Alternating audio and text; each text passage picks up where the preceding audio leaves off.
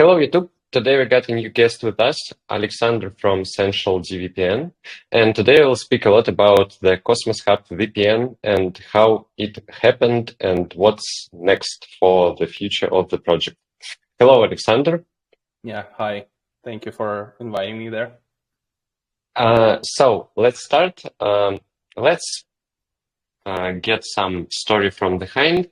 Who are you and how you enter the crypto world? Yeah, so I started my journey with the crypto world from 2017, probably.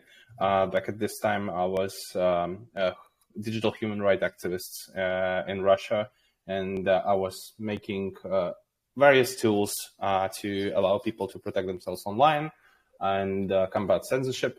So back in this time, we had a global campaign in Russia where Telegram was restricted by the Russian government, and they tried to ban it nationwide. So me and my team, we gathered together and started building tools that would help people living there to bypass these restrictions and access Telegram anyways. At the same time, in 2017, Sentinel blockchain was founded as a project to create a VPN that will be decentralized, and it will help people to make sure that it stays available even if the VPN itself is prohibited. So I was like observing the development of Sentinel since 2017, and then I joined the team in 2019, where they decided to switch to Cosmos. Initially, it was an Ethereum-based project, and guys were developing it as a smart contract for Ethereum, basically. And in 2019, I made a suggestion that we moved towards Cosmos SDK, so we could build a product with better performance, because Ethereum did not allow us to have that good performance in terms of inputs, outputs, and high number of transactions. So in terms of efficiency, Cosmos seemed at this time as a much better choice. We still stand by this point, and we had zero regrets on switching on it. So yeah, generally speaking, from 2019, I was directly involved into development already. And yeah, we can pretty much say that this was the beginning of my crypto journey. Very interesting story, because most of our guests start like usual crypto users, and after that they try to build something they would like to build. And here is absolutely another story. So let's talk about a bit why you choose Cosmos. You speak about it Yeah, so not that much, and why not Ethereum? yeah, so as I said, initially we started with Ethereum, as it was like the most common platform out there for building decentralized apps, and people are usually deploying their own smart contracts there, and in most cases that works well. But there is, since our project is based on the high number of transactions, and it requires us a lot of simultaneous input-output separations with the blockchain, and we store all the data regarding like sessions of VPN and connections of VPN tunnels. Everything is in a blockchain, and in order to allow users to connect to the VPN node on Sentinel, they would have to send a transaction to the chain saying that, okay, we're starting a connection to that node, please let me connect to it. And on Ethereum, that would first of all take a lot of time, because we would need to get confirmations on the chain, first of all. And the second point is the cost. On Ethereum, cost of the gas can be pretty unpredictable, and it can be as high as a monthly fee of regular VPN provider like NordVPN or ProtonVPN, which made absolutely no sense, basically, for a regular customer to overpay for something that is not tested that well yet back in 2019, and so on. So then I came across Cosmos, and I understood that Cosmos might be the best choice for us, as it is really efficient in terms of handling multiple thousands of transactions, multiple millions of transactions simultaneously, and processing them instantly using this proof of stake validation. So besides that, we also saw that it is possible, if we switch to Cosmos, it will be possible for us to take the fees under control. So we will be able to predict how much that will cost for our user, and we will be able to make it not cost a fortune. So they would actually find it economically reasonable for themselves to use that.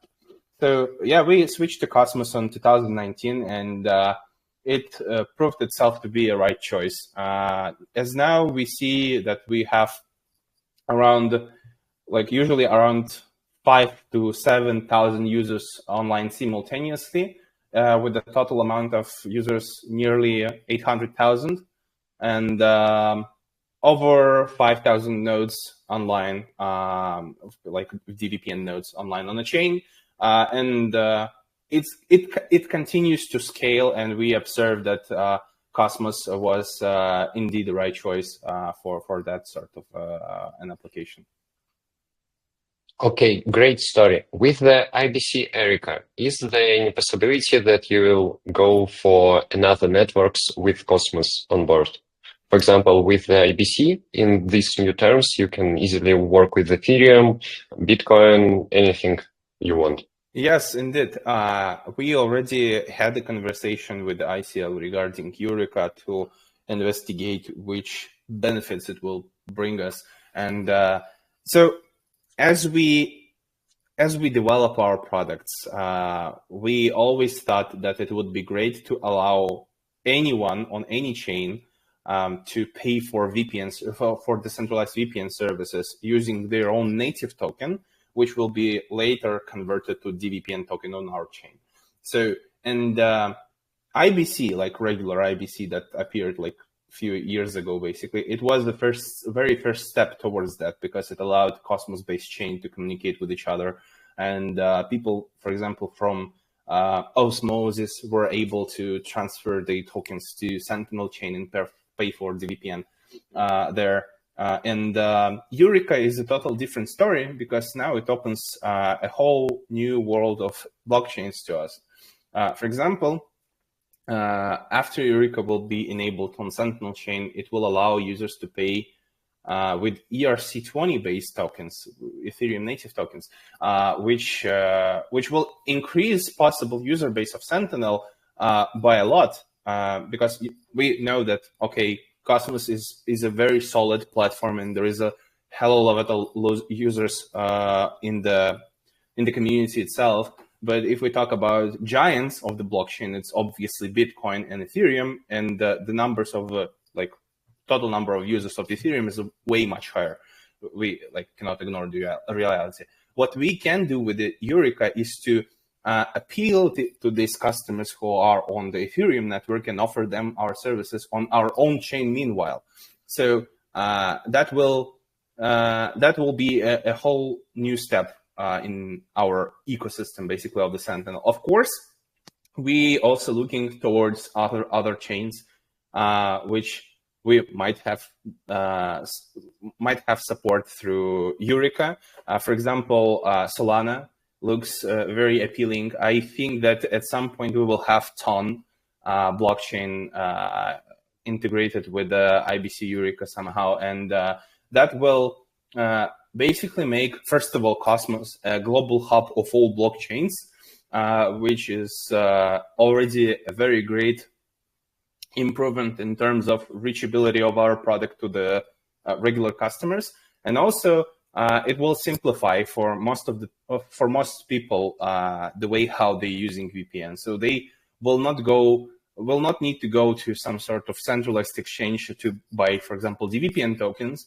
If they staying on Telegram and they have their own Telegram stars, which are convertible to Ton, they would be able to use them to pay for VPN service, and we will do all the stuff under the hood.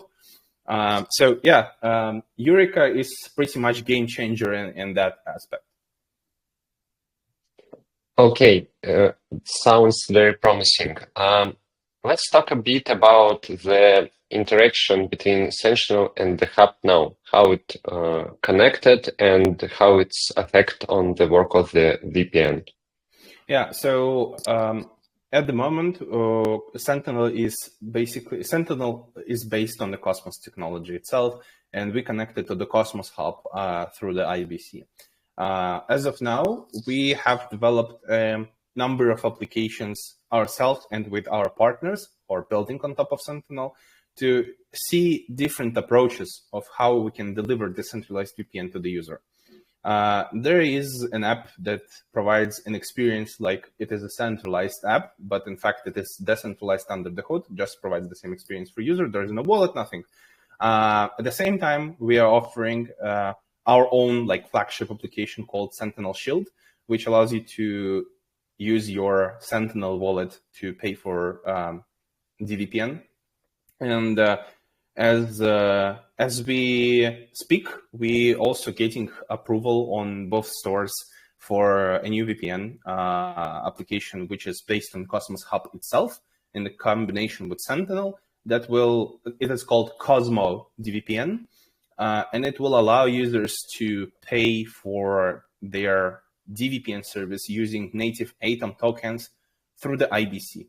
So with us being connected to the rest of Cosmos-based chains through IBC, we pretty much can make the same way as we're doing it with the Cosmos. We can make an application tailored specifically for each token particularly and bring an additional value to it. For example, if we're talking about Cosmos DVPN, it definitely brings additional value to Atom token itself, as it makes probably the first application where you can actually use Atom for private use without like any blockchain related stuff. There's when we see applications appear, the applications that appears like that, that they allow end users to do something locally on their device, which is not blockchain related, and meanwhile it is allowing you to use some means of payment which are decentralized. It is the way to go, because it is in fact something that can bring mass adoption to the token itself. So yeah, basically at the moment, our connection with the Cosmos Hub is IBC, and this is a core part of the product that is behind Cosmos DVPN itself.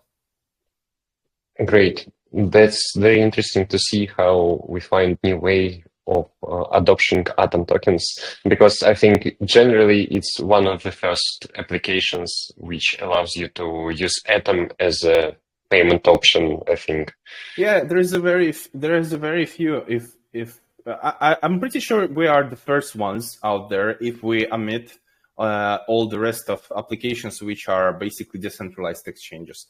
So if we are not talking about decentralized exchanges, then yes, Cosmo DVPN probably is the very first app that will offer you to use Atom tokens to actually get some sort of service for yourself provided. Yeah, for sure.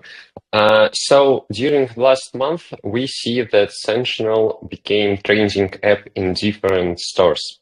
How it happened and what is the next goals? Because for Cosmos Hub and for the project itself, I think it's a big step, and it's like one of the milestones, I would like to say. Yeah, absolutely. So just to be clear, we can safely say that for the first time in history, a Cosmos-based project went to the first places of the App Store top charts worldwide, and it is something that we have never seen before. So how did that happen? Centralized VPNs and decentralized VPNs are pretty similar in the way they work, but different in the nature how they provide the service. So what is the difference between centralized and decentralized VPN? Basically, centralized VPN means that there is a company like Proton or NordVPN. They own servers that they offer in the app. And any government, any internet service provider, they can come and block servers that belongs to that particular company, or block their application, or do whatever they want, basically. So they can restrict VPN service from operating itself. And that's not the case with the Sentinel, because Sentinel does not have any centralized entity that you can go after. There is no single service provider. There is no single hoster of all of the DVPN servers. There's thousands of them, and all of them are managed by community. They they are changing every hour, basically. For example, today, as we speak, we might have one scope of servers, and tomorrow, community members might roll up like 1,000 more different VPN servers with the different IP addresses. And it became a real challenge for different governments in different countries, such as China, for example, to restrict DVPN. And it has proven to be practically impossible to do so. So while such VPNs as Proton, Nord, and others are not able to operate, for example, in Turkmenistan, Sentinel became the only application in Turkmenistan which is able to operate this day, which is insane. We got a lot of positive feedback from users in Turkmenistan saying that they finally able to browse the web freely, as they found the VPN that actually works there, which is pretty nice to hear. But there's more to it, because if we talk about such platforms as TV, for example, we know that nowadays every TV is a smart TV. It has either Android TV under the hood, or you're using some sort of console. It might be some Android TV console or Apple TV, which is pretty much the same functionality they offer. So what we did is we launched a very first DVPN application for TV platforms. We started off with Apple TV, then came up just a few days ago with the same application for Android TV.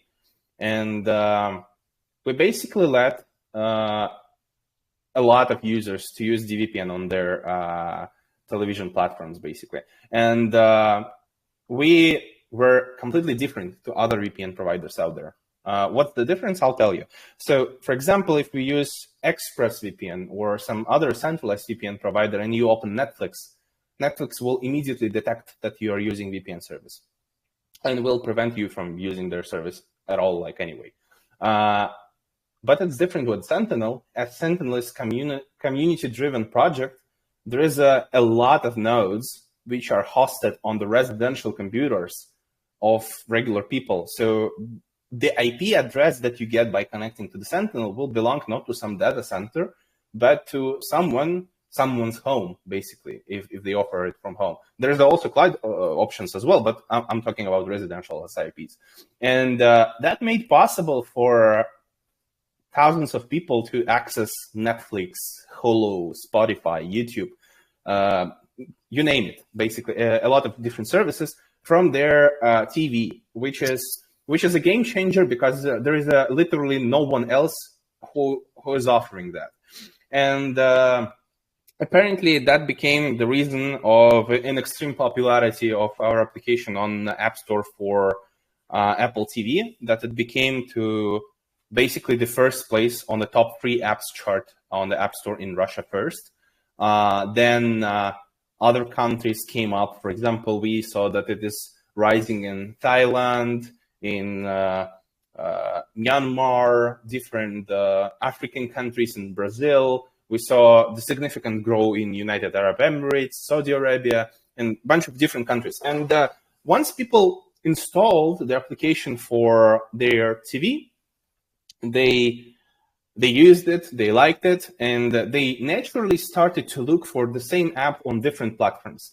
For example, on iPhone, on Mac, on their Android device, and they started downloading it there as well. So the growth of the application for TV made it possible for other platforms to grow as well. So as we speak, we see that our application is still trending in different app stores worldwide in different countries, on different platforms at the same time. For example, on Mac, we see that just yesterday in Thailand, DVPN was on the number 13 amongst top 3 apps for Mac, which is insane. There was nothing like that even ever before, and we're very proud of that success. And we understood that we can aim very narrow audiences by providing them with our services, and that will help us dominate in the areas which other market players ignore. For example, there is pretty much no one out there, let's be honest, no one out there in the VPN market pays a lot of attention to TV platforms, right? And we, frankly, were the first ones to make an actual usable app for it, which even provides you access to Netflix and other services providing residential IP. And that was a game changer. And we see that there is a bunch of other platforms that we can do the same trick with. For example, we see that now the new sort of platform emerging, such as virtual reality operating systems, such as Vision OS, that Apple Vision Pro, this like apps for glasses, they have presented recently. There's almost none of applications. There's almost no applications like VPN applications built for Vision OS specifically. And we could be easily the first ones to offer something there for the users of that platform. And obviously, all of these people who will try it for Vision OS, if they liked it, they will use it on other platforms as well. So this is our go-to-market strategy, basically.